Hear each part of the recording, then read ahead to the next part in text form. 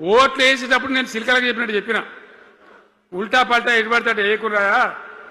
దెబ్బతింటారని చెప్పిన నా మాట ఇన్నోడు ఇనలే ఇప్పుడు ఏమైంది ఏం జరుగుతుంది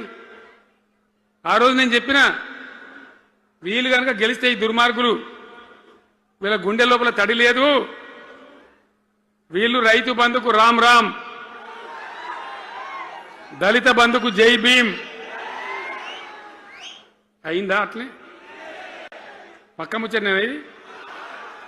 ఇక ఇవాళ ఇప్పుడు జీవన్ రెడ్డి గారు చెప్పిండు కాంగ్రెస్ వాళ్ళు సభ పెట్టినాడు కాటారంలో బుడరంలో పెట్టినాడు ఆడ పైసలు ఎత్తారట ఇది ఒక్క తేపకేసి రైతు బంధు నెలకొకిస్తా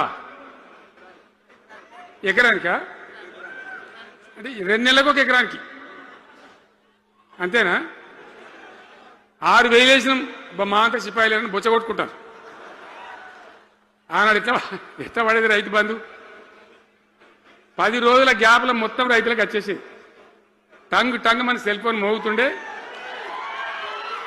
మంచిగా టింగున పోయి బ్యాంకుకి వెళ్ళి తెచ్చుకుంటుండే ఎక్కడ వాయి మరి ఏం మాట్లాడినరు ఉరుకుని బ్యాంకులో పోయి 2 లక్షలు 3 లక్షలు లోన్ తెచ్చుకోండి తెల్లారే ఆనాడే సంతకం పెడతాం లోన్లన్నీ మాఫీ అయినాయా ఇట్లా అడ్డగోలు నోటికొచ్చిన మాటలు చెప్పి ఇష్టం వచ్చిన కథలు చెప్పి అర్రాసు పాట పడినట్ట కేసీఆర్ 10,000 ఇస్తాడా మేము 15 ఇస్తాం పింఛన్లు 2,000 ఇస్తాడా మేము 4,000 ఇస్తాం వికలాంగులకు 4,000 ఇస్తాడా మేము 6,000 ఇస్తాం అనే వరకల్లా మన వాళ్ళు మోసపోయింది నేను చెప్పిన ఇది మోసంరా నాయన గోసపడతాము ఇది అయ్యేది కాదు ఆర్థిక పరిస్థితి లేదు అని నేను చెప్పిన ఆ రోజే